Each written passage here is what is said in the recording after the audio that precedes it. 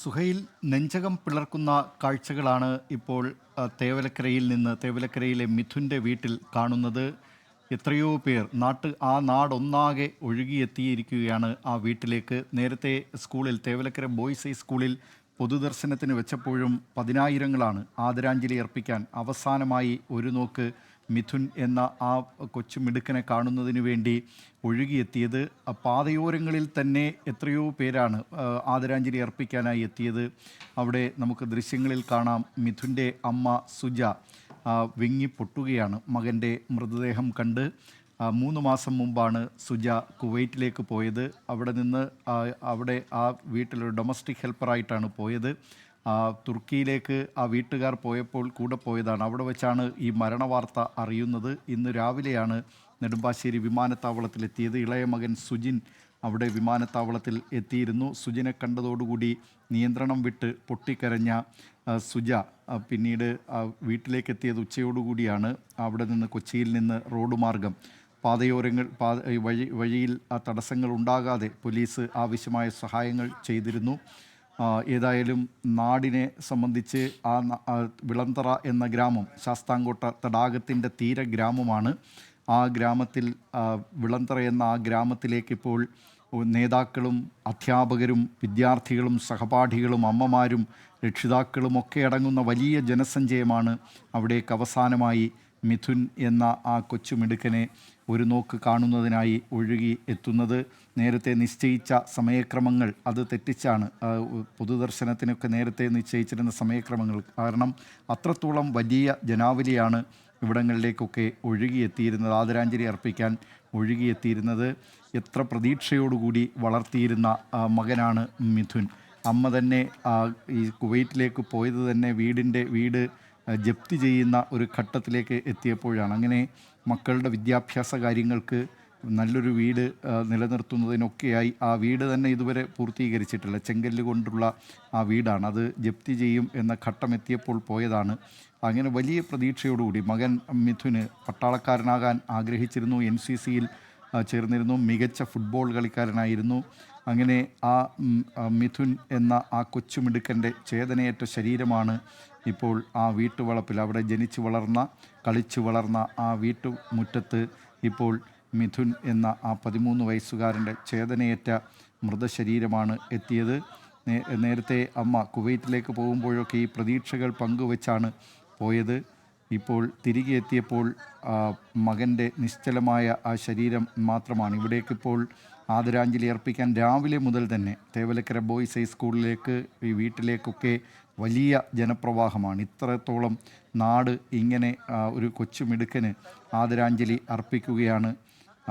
അത് നാടിനെ സംബന്ധിച്ച് ഒട്ടും സഹിക്കാൻ കഴിയാത്ത ഒരു മരണമാണ് ഉണ്ടായത് എന്ന കാര്യത്തിൽ യാതൊരു തർക്കവുമില്ല. അത്രത്തോളം ആ നാട് ആ മിഥുൻ എന്ന കൊച്ചുമിടുക്കനെ ഇഷ്ടപ്പെട്ടിരുന്നതാണ്.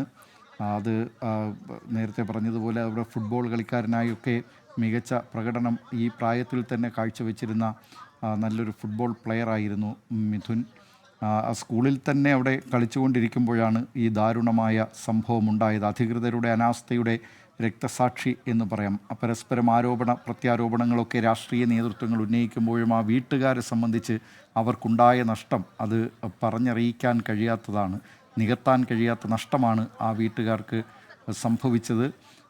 ഇപ്പോഴും അവിടേക്ക് ആയിരങ്ങൾ വിവിധ നേതാക്കളൊക്കെ AICC general secretary KC Venugopal ഉൾപ്പെടെ RSP നേതാവ് ഷിബു ബേബി ജോൺ ഉൾപ്പെടെ നിരവധി നേതാക്കൾ അവസാനമായി ആദരാഞ്ജലി അർപ്പിക്കുന്നതിന് കോവൂർ കുഞ്ഞുമോൻ അവിടെയുണ്ട്. സ്ഥലം MLA, അദ്ദേഹം മൃതദേഹത്തിന് ആ കൊച്ചുമിടുക്കൻ്റെ മൃതദേഹത്തിന് തൊട്ടരികെ തന്നെയുണ്ട്. RSP നേതാവ് ഉല്ലാസ് കോവൂരുണ്ട്. അങ്ങനെ നിരവധി നേതാക്കൾ, രാഷ്ട്രീയ നേതാക്കൾ, ബന്ധുക്കൾ, നാട്ടുകാർ, അങ്ങനെ കേരളത്തിൻ്റെ ഒരു വിവിധ മേഖലകളിലുള്ളവർ അവരൊക്കെ അവസാനമായി ഒരു നോക്ക് ഈ മിഥുനെ കാണുന്നതിന് വേണ്ടി ഇവിടേക്ക് ഈ വിളന്തറ എന്ന് പറയുന്ന ആ ഗ്രാമത്തിലേക്ക്, പടിഞ്ഞാറേക്കല്ലടയിലുള്ള ആ ഗ്രാമത്തിലേക്ക് ഒഴുകിയെത്തിയിരിക്കുകയാണ്.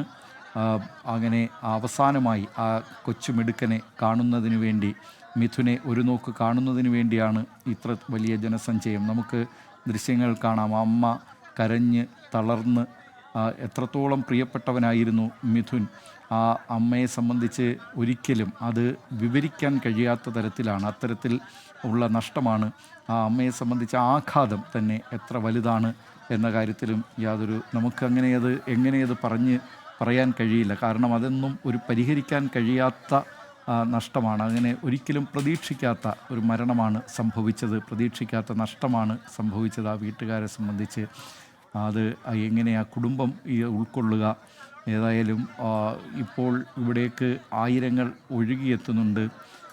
പടിഞ്ഞാറേക്കല്ലടയിലെ വിളന്തറ എന്ന ഗ്രാമത്തിലേക്ക് വലിയ ജനപ്രവാഹമാണ്. മിഥുൻ്റെ മൃതശരീരം ഇപ്പോൾ വീടിന് മുന്നിൽ, കളിച്ചു വളർന്ന ആ വീടിന് മുന്നിൽ അവിടെ ഇപ്പോൾ നിശ്ചലമായി കിടക്കുകയാണ് മിഥുൻ.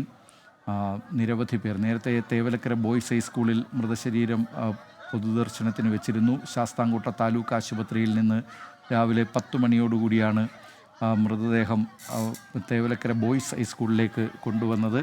അവിടെ വരുന്ന വഴി തന്നെ നിരവധി ആളുകളാണ്, വലിയ ജനക്കൂട്ടമാണ് ഓരോ സ്ഥലങ്ങളിലും ഓരോ ജംഗ്ഷനുകളിലുമൊക്കെ ഉണ്ടായിരുന്നത്. അങ്ങനെ ആ നാട്ടുകാരൊക്കെ ആവശ്യപ്പെടുന്നതനുസരിച്ച് ആ സ്ഥലങ്ങളിലൊക്കെ ആംബുലൻസ് നിർത്തിക്കൊടുത്തിരുന്നു. പിന്നീട് ആ തേവലക്കര ബോയ്സ് ഹൈസ്കൂളിൽ 1 മാസം മുമ്പ് മാത്രമാണ് ആ സ്കൂളിലേക്ക് ആ മിടുക്കനായ വിദ്യാർത്ഥി മിഥുൻ അവിടെ പഠിക്കാനായി എത്തിയത്. കൂട്ടുകാരെല്ലാം നേരത്തെ പട്ടകടവ് എന്ന് പറയുന്ന സ്ഥലത്തെ സ്കൂളിലായിരുന്നു ആ കുട്ടി പഠിച്ചിരുന്നത്.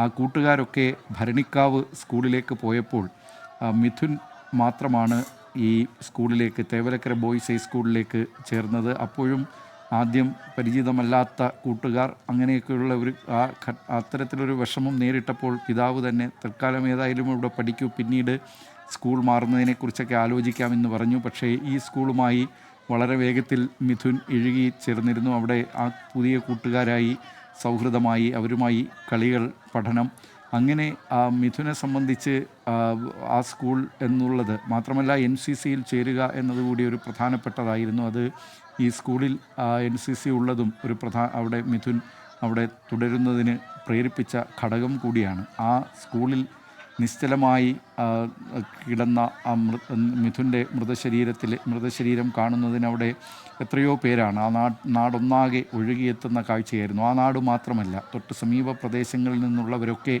ആ സ്ഥലത്തേക്കെത്തി. കേരളത്തിലെ പ്രധാനപ്പെട്ട നേതാക്കളെത്തി, അധികാര സ്ഥാനത്തുള്ളവരെത്തി. അവരൊക്കെ മിഥുന് അവസാനമായി ഒരു നോക്ക് കണ്ട് ആദരാഞ്ജലികൾ അർപ്പിച്ചു. അതിനുശേഷമാണ് പിന്നീട് വീട്ടിലേക്ക്, വിളന്തറ എന്ന് പറയുന്ന ആ ഗ്രാമത്തിലേക്ക് എത്തിച്ചേർന്നത്. അവിടെ ഈ വീട് ഒരു കുന്നിൻ്റെ മുകളിലാണ്. അതിന് താഴെയാണ് ശാസ്താംകോട്ട തടാകം. ഈ തടാകത്തിലേക്ക് അനുജൻ സുജിനെ കൈപിടിച്ച് മിഥുൻ കൊണ്ടുപോകാറുണ്ടായിരുന്നു. അവിടെ ഈ സുജിനെ ആഴങ്ങളിലേക്ക് നീന്താൻ വിടില്ല. ആ തീരത്ത് നീന്താൻ കൊണ്ടുപോകുന്നതൊക്കെ ഈ മിഥുനായിരുന്നു. അങ്ങനെ ഒരു ചേട്ടൻ എന്ന നിലയിലുള്ള ഉത്തരവാദിത്തം, നന്നേ ചെറുപ്പത്തിൽ തന്നെ ആ നിലയിലുള്ള ഉത്തരവാദിത്തം കൂടി. അനുജനെ ഫുട്ബോൾ കളിക്കുന്ന സ്ഥലത്ത് കൊണ്ടുപോവുക, ഇങ്ങനെയുള്ള അങ്ങനെ ഇവർ തമ്മിൽ വലിയ അത്തരത്തിലുള്ള ഒരു ബന്ധം. അതിലിപ്പോൾ സുജിൻ ഒറ്റയ്ക്കായിരിക്കുകയാണ്.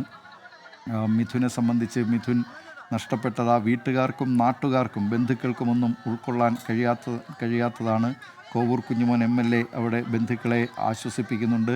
നാട്ടുകാരെയൊക്കെ, ആ സ്ഥലവാസി കൂടിയാണ് കോവൂർ കുഞ്ഞുമോൻ MLA. RSPയുടെ നേതാവ് ഉല്ലാസ് കോവൂരിനെയും നമുക്ക് ദൃശ്യങ്ങളിൽ കാണാം. അവർ രണ്ടുപേരും ആ സ്കൂളിൽ പഠിച്ചവരാണ്. തേവലക്കര ബോയ്സ് ഹൈസ്കൂളിൽ പഠിച്ചിരുന്നവരാണ് കോവൂർ കുഞ്ഞുമോനും ഉല്ലാസ് കോവൂരുമൊക്കെ. അവിടെ അവർക്കറിയാവുന്ന നാട്ടുകാരാണ്, അവരുടെ നാട്ടുകാരാണ്. അവരെയൊക്കെ നിയന്ത്രിക്കുന്നതിനും ബന്ധുക്കളെ ആശ്വസിപ്പിക്കുന്നതിനുമൊക്കെ ഈ നേതാക്കളും ഉണ്ട്. അവരും ആ നിലയിൽ അവരെ ബന്ധുക്കളെയൊക്കെ ആശ്വസിപ്പിക്കാൻ പോലീസുകാർ ജനക്കൂട്ടത്തെ നിയന്ത്രിക്കാൻ നന്നേ പാടുപെടുന്നുണ്ട്. പെട്ടെന്ന് ഈ ഒരു നോക്ക് കണ്ട് പെട്ടെന്ന് തന്നെ പോകണം എന്ന നിർദ്ദേശം പോലീസുകാർ നൽകുന്നുണ്ട്. കാരണം അത്രത്തോളം വലിയ ജനസഞ്ചയമാണ് അവിടേക്ക് എത്തിയിട്ടുള്ളത്. അവർക്കെല്ലാം ആദരാഞ്ജലി അർപ്പിക്കേണ്ടതുണ്ട്. അതുകൊണ്ട് ഇവരോട് പെട്ടെന്ന് തന്നെ ഒരു നോക്ക് കണ്ട് പെട്ടെന്ന് അവിടെ നിന്ന് മുന്നോട്ട് നീങ്ങണം എന്ന അഭ്യർത്ഥനയൊക്കെ പോലീസിൻ്റെ ഭാഗത്ത് നിന്നുണ്ടാകുന്നുണ്ട്. ഇനിയും എത്രയോ പേരാണ് ആദരാഞ്ജലി അർപ്പിക്കാനായി നിൽക്കുന്നത്. നിലവിലുള്ള സമയക്രമത്തിൽ തന്നെ സംസ്കാരം നടത്താൻ കഴിയുമോ എന്ന ചെറിയ ആശങ്കയുണ്ട്. കാരണം അത്രത്തോളം ജനങ്ങൾ ഇവിടെ ആദരാഞ്ജലി അർപ്പിക്കാൻ എത്തുന്നു. ആ, ഈ എത്രയോ പേരവിടെ മിഥുനെ ഒരു നോക്ക് നോക്കി വിലപിക്കുന്നവർ, നെഞ്ചു പൊട്ടുമാറ് നിലവിളിക്കുന്നവർ, അങ്ങനെ ഉൾക്കൊള്ളാൻ കഴിയാത്ത തരത്തിൽ ആർക്കും അങ്ങനെ ഉൾക്കൊള്ളാൻ കഴിയില്ല ഈ വേർപാട്. അങ്ങനെ ആ ജനക്കൂട്ടം അവർ അവിടെ അവർ ആദരാഞ്ജലി അർപ്പിക്കാൻ ഇപ്പോഴും വലിയ തോതിൽ ഈ സ്ഥലത്തേക്ക്, വിളന്തറ എന്ന സ്ഥലത്തേക്ക് എത്തിച്ചേർന്നുകൊണ്ടിരിക്കുകയാണ്. ഹൃദയം പിളർക്കുന്ന നിലവിളികൾ. അവർക്ക് അങ്ങനെ ഇവിടെ നിൽക്കുമ്പോൾ ഒരിക്കലും ഇത് നമുക്ക് അങ്ങനെ തുടർച്ചയായി കാര്യങ്ങൾ പറയുക എന്നതൊക്കെ വളരെ പ്രയാസകരമാണ്. കാരണം ഇതൊരു നമ്മളെ സംബന്ധിച്ചൊന്നും ഉൾക്കൊള്ളാൻ കഴിയാത്ത തരത്തിലുള്ള വിയോഗമാണ്, വേർപാടാണ്. അത് ആ വീട്ടുകാർക്ക് ഇത്രത്തോളം, നാട്ടുകാർക്കൊക്കെ ഇത്രയൊരു വിഷമം, വിലാപവും സങ്കടവുമൊക്കെ ഉള്ളപ്പോൾ ആ വീട്ടുകാരുടെ അവസ്ഥ അവർക്കൊരിക്കലും ഉൾക്കൊള്ളാൻ കഴിയാത്ത തരത്തിലുള്ള ഒരു വേർപാടാണ് എന്ന കാര്യത്തിലും യാതൊരു സംശയവുമില്ല. അവരെ എങ്ങനെ ആശ്വസിപ്പിക്കുമെന്നറിയാതെ നേതാക്കളും നാട്ടുകാരുമൊക്കെ പ്രയാസപ്പെടുകയാണ്.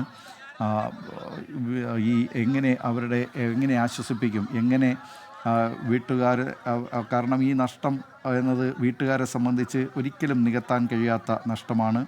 ആദരാഞ്ജലി അർപ്പിക്കുന്നതിന് ഇപ്പോഴും വലിയ തോതിൽ ജനക്കൂട്ടം ഇവിടേക്ക്, വിളന്തറ എന്ന് പറയുന്ന ആ ഗ്രാമത്തിലേക്ക്, ശാസ്താംകോട്ട തടാകത്തിൻ്റെ തീരഗ്രാമമായ പടിഞ്ഞാറേ കല്ലടയ്ക്ക് സമീപമുള്ള ഈ വിളന്തറ എന്ന് പറയുന്ന സ്ഥലത്തെ മനുഭവനിലേക്ക് എത്തിക്കൊണ്ടിരിക്കുകയാണ്. നിരവധി പേർ ആദരാഞ്ജലികൾ അർപ്പിക്കാനായി ഇപ്പോഴും വലിയ നിര തന്നെ ഉണ്ട്. ഇവർക്ക് ഇത്രയും അവസാനമായി മിഥുനെ ഒരു നോക്ക് കാണുന്നതിന് വേണ്ടി എത്തിയവരാണ്. രാവിലെ മുതൽ ഉച്ചവരെ തേവലക്കര ബോയ്സ് ഹൈസ്കൂളിൽ പൊതുദർശനത്തിന് വെച്ചിരുന്നു. അതിനുശേഷമാണ് ഈ വിളന്തറയിലെ വീട്ടിലേക്ക് മൃതദേഹം കൊണ്ടുവന്നത്. കഴിഞ്ഞ വ്യാഴാഴ്ച വരെ ഈ വീട്ടുപടിക്കൽ ഓടിക്കളിച്ച് നടന്നിരുന്ന, ഇവിടെ നിന്ന് സ്കൂളിലേക്ക് പോയിരുന്ന മിഥുൻ എന്ന് പറയുന്ന ആ 13-കാരൻ്റെ 8ാം ക്ലാസ് വിദ്യാർത്ഥിയുടെ ചേതനയേറ്റ, ജീവനറ്റ മൃതദേഹമാണ് ഇപ്പോൾ ആ വീടിന് മുന്നിൽ ഉള്ളത്. ഇവിടേക്ക് ആദരാഞ്ജലി അർപ്പിക്കാനായി ആ നാടൊന്നാകെ ഒഴുകിയെത്തിയിരിക്കുകയാണ്. സുഹൈൽ.